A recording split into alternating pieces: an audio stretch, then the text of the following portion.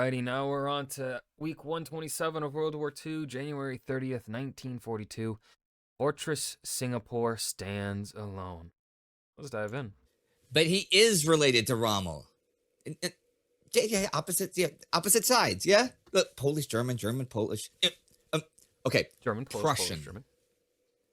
Yeah. Okay. Yeah. January 30th, 1942. American Commander Douglas MacArthur tells Washington that there is no more room for maneuvers and he is going to fight until complete destruction. The troops have this to say about their situation. We're the battling bastards of Bataan. No mama, no papa, no Uncle Sam. No aunts, no uncles, no nephews, no nieces, no rifles, no planes or artillery pieces, and nobody gives a damn. Well, that's not true. Where did I hear that from, though? Where the fuck have I heard? I can't figure it out. Washington does give a damn. They just can't send any relief.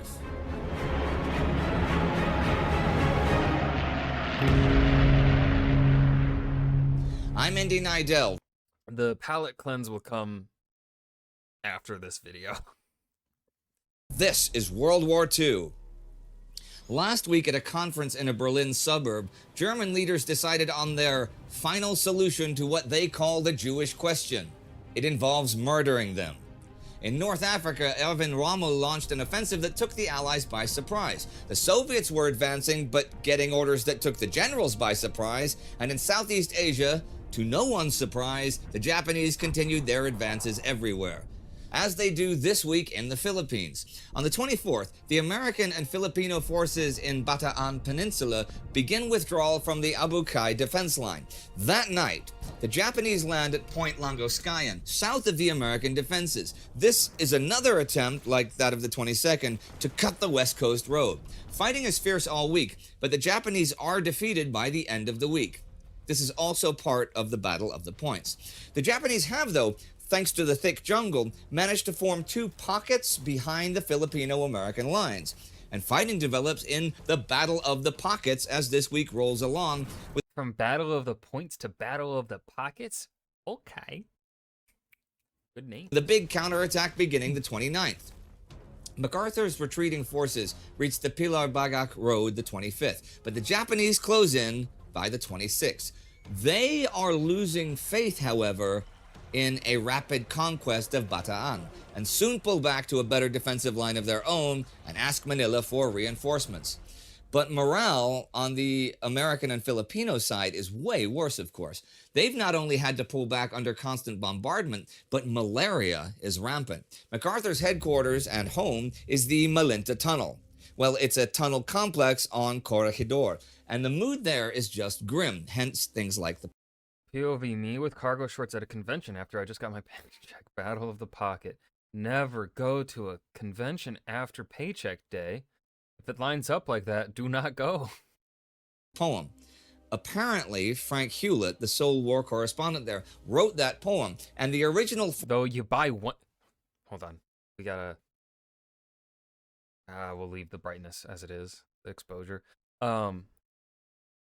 Though fucking just buying one thing at a convention will wipe out the entire paycheck.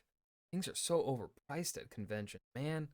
Oh my god. Fourth line is no pills, no planes, no artillery pieces, which makes sense with the malaria, I guess. Overhead, bombs fell thick and fast on Corregidor. No friendly planes appeared, and the radio broadcasts that were picked up from the United States reporting how MacArthur was inflicting heavy casualties on the Japanese rang as hollow and depressing as the constant stream of assurances from the War Department that aid was coming. Nightly, the sinister voice of Tokyo Rose broadcast on the radio, promising General MacArthur that he would be paraded in the streets of the Japanese capital before the month was out. Washington has known for weeks, since the decision to make a Europe-first strategy, that it pretty much mandated the loss of the Philippines. MacArthur's continued defense is important, though, to give the Americans a little breathing space to send forces to stop Japan's southward attacks and defend the East Indies or Australia. Admiral Ernest King, Commander-in-Chief of the U.S. Fleet, drew a line on a map from Midway Island through Samoa. I can do that. I can draw. Whoa. Okay, we were definitely changing our exposure.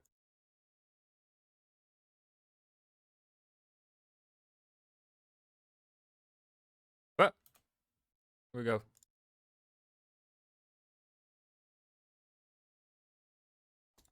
Through Fiji and then to Brisbane, and told Pacific Fleet Commander Chester Nimitz to hold it at all costs. Back on the 6th, the carrier Yorktown was sent from San Diego with men and planes for the Samoan garrison. Those troops land this week on the 24th.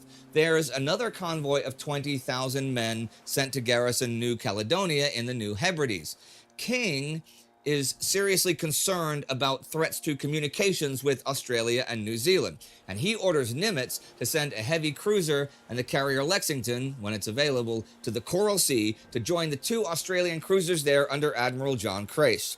Nimitz has issues with this, though, because he's already short of ships to guard the convoys between Hawaii and the mainland U.S. and to protect the Western Pacific, and isn't thrilled to dilute his force to protect the approaches to Australia. And his plan is still to send carrier task forces to attack Japanese island bases.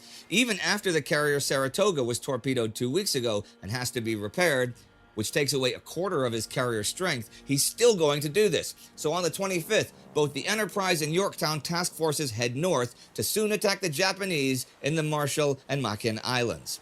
Already the 24th, though, American destroyers successfully attacked Japanese transports off Balikpapan. The transports are unprotected because a Dutch submarine turning up had drawn away their destroyer escorts on a hunt. They're also lit up against the fiery oil tanks ashore. The destroyers arrive and blast away, sinking 4 transports and a patrol boat. This is not only the first American naval victory of the war, it is the first surface action the U.S. Navy has had since 1898 at Manila. Since the Spanish-American War? Damn. In the Great War, the U.S. Navy only encountered submarines, and Pearl Harbor was not a surface action either. However, with only those transports sunk, the invasion of Borneo is not delayed at all. Dun, dun, dun. There are Japanese attacks all over this week. On the 25th, they invade the Solomon Islands. On the 30th, they begin attacks on Mole Mine in Burma. That same day, they attack Amboina in the Dutch East Indies. On the 28th, they land on Russell Island, east of New Guinea. The Japanese threat to Australia is now a very real one. The Australians are also very concerned about the possible loss of Singapore. On the 25th, Arthur Percival orders the final retreat of the Malayan forces to Singapore Island. Thousands of British and Imperial soldiers will cross the kilometer-long causeway this week from Johor to Singapore. Now, Japanese commander Tomoyuki Yamashita wants to take the causeway, but his logistics have finally been too stretched and do not allow it. He's given a third of his air power to the attacks planned for Sumatra, and his tanks are too depleted for the task. He does manage to land some planes on the East Malayan coast at Endau the 26th. The British then send up 74 mostly obsolete planes against 22 modern Japanese ones. The Japanese lose 1 plane, the British 17. The next day, the carrier Indomitable brings 48 fighters to Java to hopefully fly to Singapore to reinforce. As for the fighting in Malaya the past 7 weeks, according to the best figures available, casualties in Malaya Command up to the battle on Singapore Island numbered 19,123. Japanese losses were 1,793 dead and 2,772 wounded. Not good. Not good trade. At dawn, February 1st, so 2 mornings from now, soldiers of the 2nd Battalion of the Argyll and Sutherland Highlanders will cross the causeway. At 8 a.m., the engineers will dynamite the causeway. When the dust and smoke of the explosion settled, Singapore appeared to be again a true island, cut off by the muddy waters of the Johor Strait flowing through a wide open gap. Yet this too, like the fortress itself, was symbolic. The weight of explosives had been miscalculated. Water only covered the displaced rubble to a depth of less than 4 feet, shallow enough at low tide for even the shortest Japanese soldier to wade across. Well, any invasion of Singapore is in the future. But attacks going on right now are happening in North Africa. As we saw, Erwin Rommel launched a spoiler attack last week on the Allies, but he has some command issues as this week gets going with his commander-in-chief. Bastico, thoroughly alarmed at the way in which a spoiling attack was developing into a full-scale offensive, had complained to Rome, where Mussolini's reaction was a directive expressly forbidding a major advance. Rommel's reply was to the effect that, as Germans were doing most of the fighting, only Hitler could stop him, and he went on with the battle. Fucking made Mussolini his bitch. Oof. The advance resumes the 25th, reaching Nasus that day, and Alfred Godwin Austen orders the 4th Indian Division from 13th Corps to evacuate Benghazi. Rommel then calls a halt for 36 hours to bring up fuel and think what his next moves will be. He's definitely blown Allied hopes and plans for any offensive in the next month or 3, but has to decide between heading for Benghazi or doing what he did last year and making a cross-desert advance. He decides against the latter, since that would open his supply lines to attack from Benghazi. But when he learns that Benghazi might be given up, decides to deceive the enemy by feinting towards Mekili and then attacking Benghazi by an unexpected direction, forcing a crossing of the Badlands and hitting it from the north along the coast. British 8th Army Commander Neil Ritchie cancels Godwin Austen's evacuation of Benghazi, since he thinks Rommel can be driven back without undue effort. Godwin Austen protests vigorously, but to no avail, and Ritchie orders Francis Tucker, in direct command of the 4th Indian, to ensure his orders, and prepares to attack Rommel's feint the 29th. When Rommel attacks towards Benghazi the 28th, the Allies are, however, just able to escape the trap.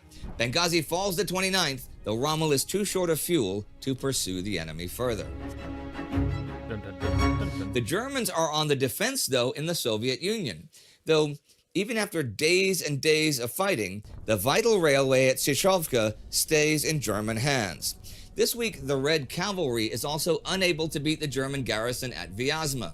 Maxim Perkayev's 3rd Soviet Shock Army is coming to a halt before Veliki Luki. The flanks of Andrei Yeremenko's 4th are exposed. The German 3rd Panzer Army is moving in to support the beleaguered 9th and 16th armies. The Soviets are short of ammunition, food, fuel, and men. And the Germans are fighting back.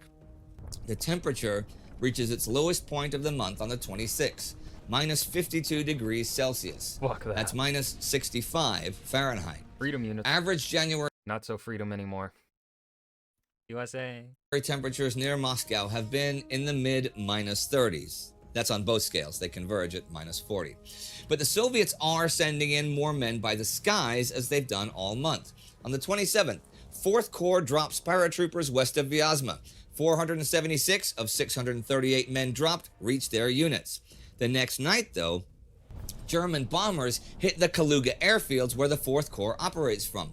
But despite the destruction of aircraft and fuel, over a 6-day period, 2,232 men are dropped in, though just 1,320 managed to form their units. The Red Army does manage to retake Sukhinichi, southwest of Kaluga this week, though. In the north, however, the situation is different. The Soviet advance had completely stalled, but the night of the 24th, the 2nd Shock Army manages to break a hole in the German defenses, and ski battalions, cavalry, and armor begin racing through it. Their orders are to widen the gap and attack towards Lyuban. Thing is, the front had been like 20 kilometers wide, but the gap is only like 1.